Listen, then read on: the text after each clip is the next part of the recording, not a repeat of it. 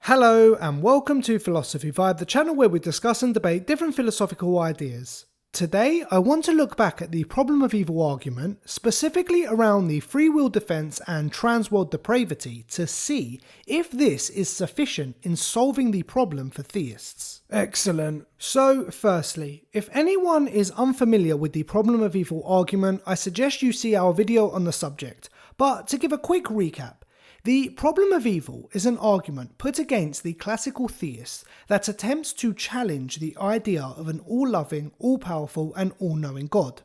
Given there is so much evil in the world, how can God love all humans, have complete power and know everything, yet there is still so much pain and suffering?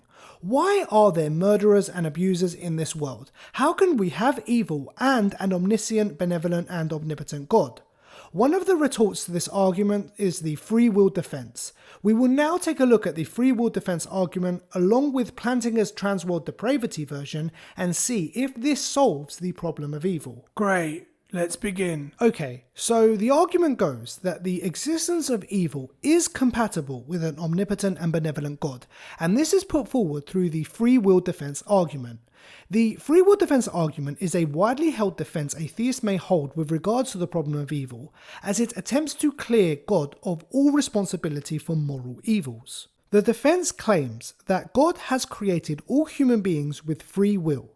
This then gives us the freedom to think and act for ourselves. Any intervention from a higher power will contradict this freedom, and it will therefore not be free will. Humans cannot be free unless we have the ability to cause both good and evil upon ourselves and upon other agents. Allowing one to live free means God must allow one to do any action, even if it is an evil action. This then means the theist can argue that the gift of free will also means God is compelled not to intervene, even if it is for the good. Moral evil is then down to the responsibility of humans. The free will defense may have its strengths, but I would say it does not solve the problem of evil for theists. Why? Okay, let me ask you, can you picture a world where human beings are free to choose? They have free will, however, they only ever choose the good or the morally correct choice. This point was raised by J.L. Mackie. We can see that as God has made free will, then through their own free choices they sometimes prefer what is good and sometimes what is evil. Why then could God not create humans to only want to do good? There is no logical contradiction here. There is no contradiction in freely choosing but always choosing to do good. It seems if God really is benevolent, then he will want humans to always do good, and at the same time he will want them to want to always do good. Why then can he not create humans with free will who always strive for the good and are incapable of doing evil?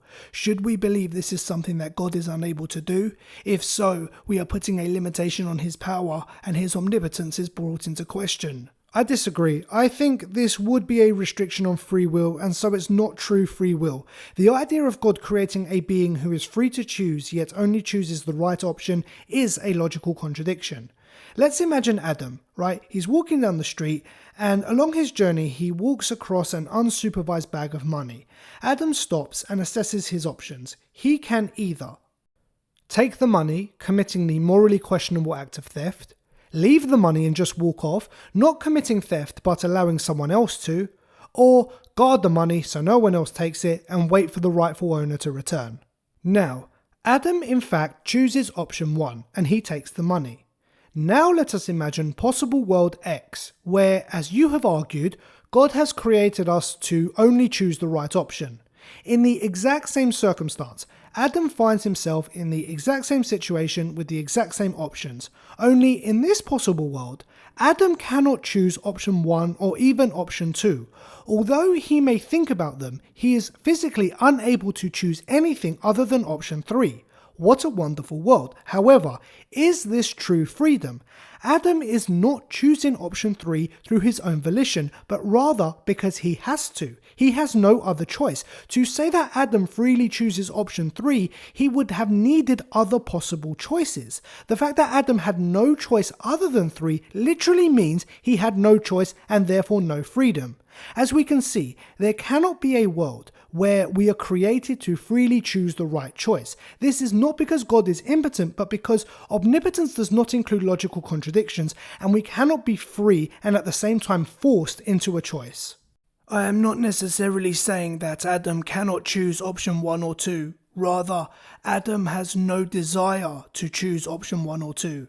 Let us suppose Susie is walking down the street. All 3 options are available to her, but Susie freely chooses option 3. Susie wants option 3. She desires to do good and only good. My point is, why can't God create all humans like this? A world where people only desire to do good, even though evil actions are possible. But how can something be possible if it doesn't actually exist?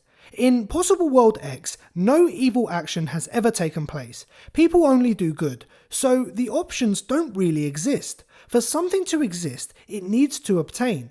In this hypothetical world, no human has ever seen or experienced an evil action. So no, I don't think the evil actions are an option in this possible world.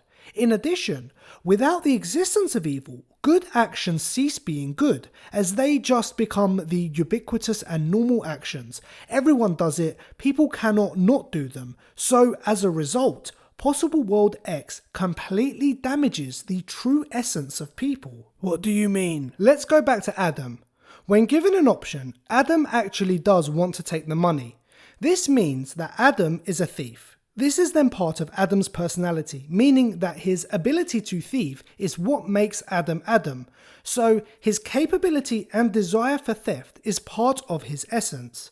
By this logic, it seems in any possible world where Adam exists and was put in the same situation, he would have to take the money. So if God was to create a possible world where Adam could only do good, he would no longer be a thief, which means he would no longer be Adam, and we would be dealing with a completely different person. What is essential to Adam is no longer available, so he is no longer Adam.